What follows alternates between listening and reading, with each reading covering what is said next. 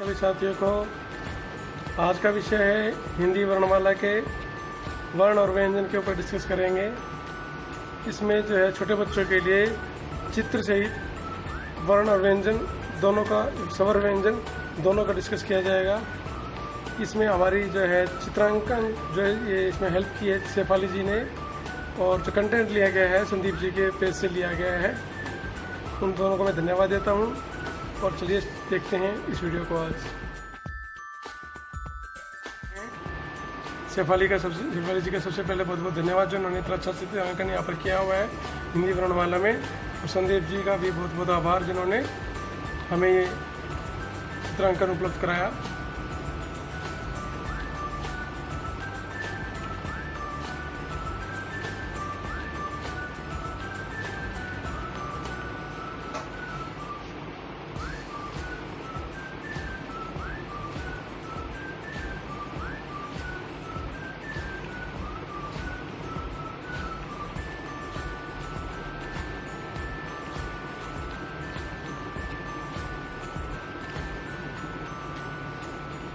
जैसे कि आप देख पा रहे हैं बहुत ही अच्छे से चित्रांकन उन्होंने किया हुआ है वो छोटे बच्चों के लिए। छोटे बच्चों को आप ऐसे चित्र के माध्यम से पढ़ा सकते हैं। छोटे बच्चे जो हैं चित्रों के माध्यम से बहुत ही अच्छी तरीके से इस चीज़ को जान पाते हैं। ठीक है,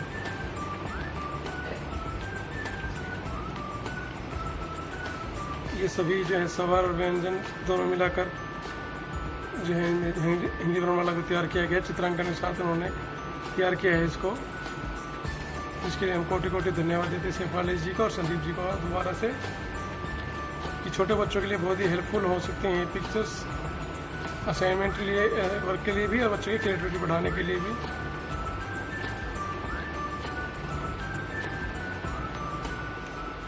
तो आप इसको अपने असाइनमेंट वर्क में भी यूज ला सकते हैं। तो पेरेंट्स से निवेदन होगा कि वो इस वीडियो को लास्ट तक जरूर देखें और अपने आवश्यक सुझाव जरूर दें हमें।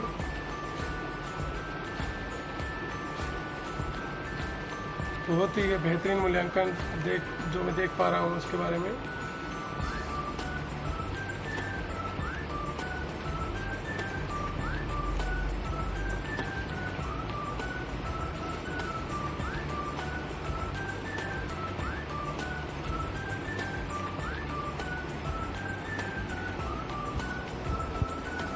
तो दोस्तों ये थे हमारे कुछ अंग्रेजी वर्णमाला के स्वर और व्यंजन जिसके बारे में हमने आपसे चर्चा की आज।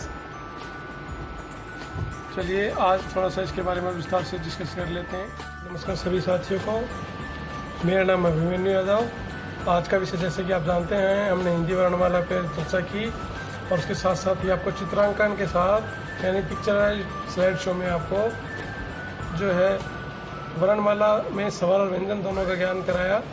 छोटे बच्चों को हम जो है वर्णमाला से विकसित कराते हैं, ज्ञान कराते हैं। छोटे बच्चों को फर्स्ट टू फिफ्थ में छोटे बच्चों को ये लेवल स्टार्ट किया जाता है। तो आजकल जो सरकार ने जो नई शिक्षा नीति चलाई है कोडिंग की, उसके अनुसार कोडिंग उसके अनुसार ये भी अनिवार्य होगा। तो हम ये जानना आज के हमारी वीडियो इसी विषय पर है कि हम वर्णमाला को बच्चों को क्यों सिखाएं और ये पेरेंट्स के लिए कैसे उपयोगी सिद्ध हो सकती है। चलिए आज के बारे में चर्चा करते हैं। सबसे पहले ये सवाल जो उठता है कि हम अंग्रेजी वर्णमाला को क्यों पढ़ाते हैं। तो इसका सवाल, तो दोस्तों जैसा हमारा आज का प्रश्न था कि हम इस वर्णमाला को क्यों पढ़ाते हैं, चलिए इसका जवाब हम ढूंढते हैं। इस सवाल का जवाब जो है आसान सा है कि हम चाहते हैं कि बच्चों में डिकोडिंग की जो क्षमता है वो विकसित हो, इसलिए हम वर्णमाला सिखाते हैं। अब जानना चाहेंगे यहाँ डिकोडिंग का मतलब क्या है। डिकोडिंग का मतलब यहाँ पर है कि बच्चों में किसी वर्ण की आकृति और उसके ध्वनि के बीच में संबंध स्थापित कर पाए, यानी बच्चा जो है क को बच्चा का बोले और उसे लिख भी पाए, यानी जैसा वो बोले वैसा ही लिख पाए। इसके लिए हम जो है वर्णमाला का प्रयोग करते हैं। आमतौर पर वर्णमाला की पुष्टि पहचान करने के लिए जो हम 12 खड़ियों का विश्लेषण करते हैं। अब हिंदी शिक्षण में वास्तविक स्थिति क्या है, जानना चाहेंगे कि हिंदी शिक्षण में इसकी वास्तविक स्थिति वर्णमाला की क्या है।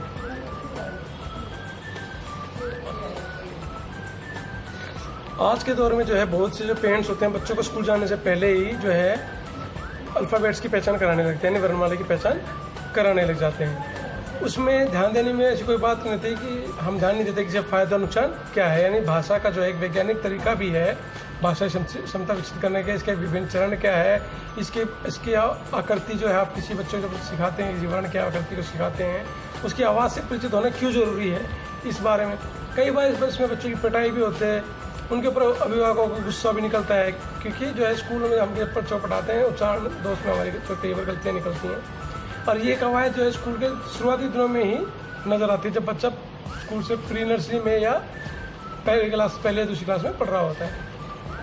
अब पहले हम बता दें आपके लिए कि हर वर्ण जो आपने आज देखा, आ से लेकर ज्ञागानी तक जो आपने देखा, वो हर अपने आप में एक बच्चे के लिए, हर वर्ण एक बच्चे के लिए एक तस्वीर है। तस्वीर से याद आया, मैं शेफाली जी को फिर से धन्यवाद देना चाहूँगा जो इन्होंने इतना अच्छा चित्रांकन हमें उपलब्ध कराया, और संदीप जी ने अपने पेज पर हमें इसको उपलब्ध कराकर बहुत ही अच्छी हमारी मदद की, उसके लिए संदीप जी को बहुत बहुत धन्यवाद। आगे चर्चा करते हैं कि ये हर वर्ण जो है बच्चे के लिए एक तस्वीर है, यानी किसी भी बच्चे के लिए वर्ण को अपने आप में कोई अर्थ नहीं होता है, यह उनके लिए एक तस्वीर मात्र होते हैं। यानी छोटे बच्चे के लिए कोई भी वर्ण है अगर आप दिखाते हो तो उसका अपना कोई अर्थ नहीं होता है, उसमें एक तस्वीर मात्र होते हैं, और एक तस्वीर, हर तस्वीर में एक आवाज़ होती है जिस वर्ण को वर्ण की ध्वनि होती है।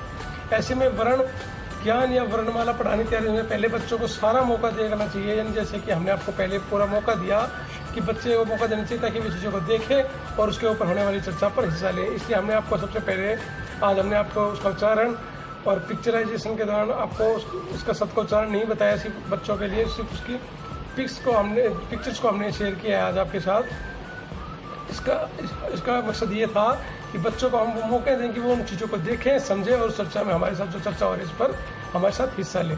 तो सबसे पहले इसके मौखिक भाषा का विकास सबसे पहले ध्यान देंगे कि बच्चे को जो है चित्र बनाने और रेखाओं पर खेलने वाले खेल में हिस्सा लेने का मौका देना चाहिए, ताकि वे लिखने के लिए पूर्व तैयारी कर सकें।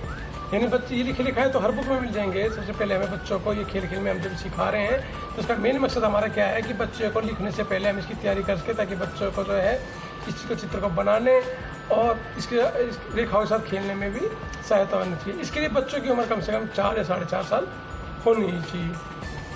अब इसका मकसद है कि वर्णमाला में क्या वजह है कि भाई सबसे बड़ी वजह यह है कि शिक्षक इससे आश्वस्त होना, हम ये आश्वस्त होना चाहते हैं, यानी हम ये सेटिस्फाइड होना चाहते हैं कि बच्चे जो है वर्णमाला की पहचान कर पा रहा है या नहीं।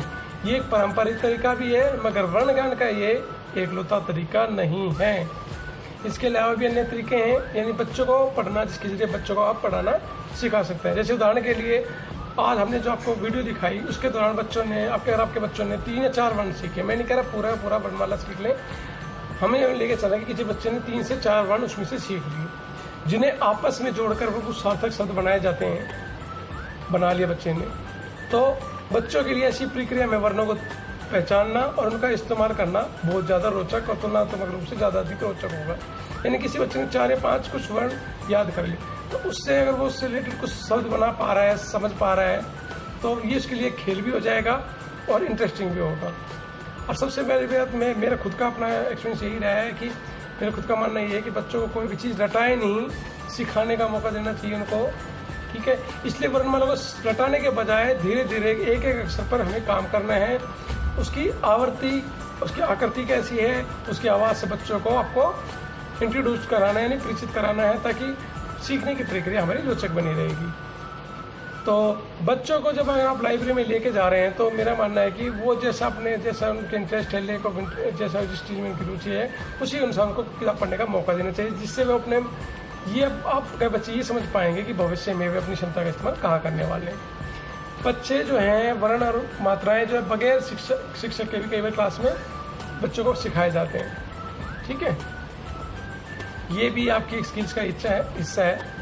बच्चों को मेरा मानना है कि 12 खड़ी रटाने से बचना चाहिए, क्योंकि हम क्या करते हैं, बच्चों को पहाड़े की तरह याद करने की कोशिश करते हैं, ठीक है। तो उनका जो धारा प्रवाह पठन कहते हैं, आपको कहते हैं फ्लुएंसली जो है वो बाधित होती है, ठीक है। तो इसके लिए आप जो है कोशिश करें इसको बच्चे को रटाए नहीं, ठीक है। तो आज का मेरा मकसद यही था कि बच्चों को चित्रांकन के माध्यम से हम जो है पेरेंट्स को ये बता पाएँ कि कैसे बच्चों को आप अंग्रेजी वर्णमाला का ज्ञात कराएं और अंग्रेजी वर्णमाला का महत्व हमारे, जैसे मैंने पहले ही बताया कि बच्चों को आपको रटाना नहीं है, तो अब सवाल उठता है पेरेंट्स का कि बच्चों को वर्णमाला कैसे सिखाएं। तो हम कहना चाहते हैं कि आपको बच्चों को और वर्णमाला रटानी नहीं चाहिए, आपको बच्चों की ऐसी समझ डेवलप करनी है कि वो उसका इस्तेमाल कर सकें। ठीक है, इस सिलसिले में सबसे पहले आपसे गुजारिश यही होगी कि आप बच्चों को पूरी वर्णमाला जो एक बार में रटवाने की कोशिश बिल्कुल भी ना करें। अगर आप ऐसा करते हैं तो बच्चा कुछ समय तो याद रखेगा, हो सकता है कुछ समय बाद बहुत भूल जाएगा, और हो सकता है ऐसे कुछ वर्ण याद रह जाए और फिर आप कुछ दिनों बाद कहते हैं कि मैंने तो देखो बड़ी मेहनत से बच्चों को वर्णमाला सिखाई थी, लेकिन छुट्टियों के बाद ये सब कुछ भूल गया। तो मेरा मानना है उसको रटाने के बजाय थोड़ा सा उसका कंसेप्ट जरूर क्लियर करिए। ठीक है, जैसे कि ऐसा करना बच्चों को कोरा कागज मानने की तरफ संकेत करना है, यानी बच्चे खुद से भी सीखते हैं कई बार मानना है। ठीक है, अपने वो कंसेप्ट बनाते हैं, वे चीज़ों खुद से समझते हैं, वे उसे भूलते नहीं। बच्चे जो अपने आप कंसेप्ट जो तैयार करते हैं उसे वो भूलेंगे नहीं। इसलिए बेहतर होगी कि बच्चों को आप वर्णों के साथ एक सार्थक रिश्ता बनाने का मौका दें। यानी हमने वर्णों को पिक्चराइज करने का एक मेन मकसद ये था कि वो वर्णों के साथ एक सार्थक रिश्ता अपना जो है स्थापित कर पाएँ पिक्चर के साथ, ये हमारा मेन मकसद था। अगर आप इसकी वर्णों की पहचान से बच्चों को पढ़ना या लिखना सिखाना चाहते हैं तो आपको एक एक वर्ण की आकृति, उसकी आवाज़ और उसकी बनने वाले शब्दों से उसकी शुरुआत आप कर सकते हैं। जैसे कि किसी शब्द की पहली आवाज़ क्या है, उस आवाज़ को आप वर्ण के रूप में बच्चों के सामने आप रख सकते हैं। किसी शब्द में आने वाला पहला वर्ण और उसके पहली आवाज़ का रिश्ता जब बच्चा धीरे धीरे समझेगा तो आपका काम भी आसान हो जाएगा, बच्चे जो उसको पहचाने लग जाएंगे। जैसे हमने आपको पिक्चर से दिखाया, आ से स्टार्ट किया, आ से आम, तो बच्चे को आ से आम सिखाने के लिए हमने आ की आकृति भी दिखाई आपको, उसका मीनिंग भी दिखाया आम, और पिक्चराइज के माध्यम से उसको जैसे ऐसे अनार दिखाया हमने आपको। ठीक है, आ से आम दिखाया, इसे इमली दिखाई। तो वो पिक्चराइजेशन का मतलब मेन मकसद क्या था हमारा? पिक्चराइजेशन का मेन मकसद ये था कि बच्चा जो उस शब्द के साथ पिक्चराइजेशन को कोरिलेट करके अपने शब्द भंडार को विकसित कर सके। अब सबसे मेन बात है कि शब्दों में इस्तेमाल में भी बच्चों को इसमें अवसर प्राप्त होंगे, यानी मगर ये काम हमें धीरे धीरे करना है। शुरुआत हमें ऐसे वर्णों से करनी है जो बच्चे बार बार या हम बार बार इस्तेमाल करते हैं। ऐसे सीखने से क्या होता है, बच्चे जो आपस में शब्दों को जोड़कर और उसको शब्दों को पढ़कर सीख सकते हैं। जैसे आज और माँ, जैसे कि के बाद आम पार आ सकते हैं। जैसे पहले आ और माँ दोनों को आपको कोरिलेट किया आपने, तब आपने एक शब्द बनाया आम। आ और ए यानी सिखाने के बाद आए। ठीक है, ग र और म सिखाने के बाद जैसे वो शब्द बन जाता है, 3 वर्ण आपने सिखाया ग र म, तो उसके बाद हम शब्द किस शब्द आ सकते हैं, गर्म शब्द। यानी इसके लिए हम चित्रों का भी उपयोग कर सकते हैं। जैसे कि आप देख सकते हैं कि बच्चे जैसे आम को देखकर जैसे आम बोलते हैं, ऐसे शब्दों को पढ़कर उसी दिशा में आप उसको आगे ले जा सकते हैं।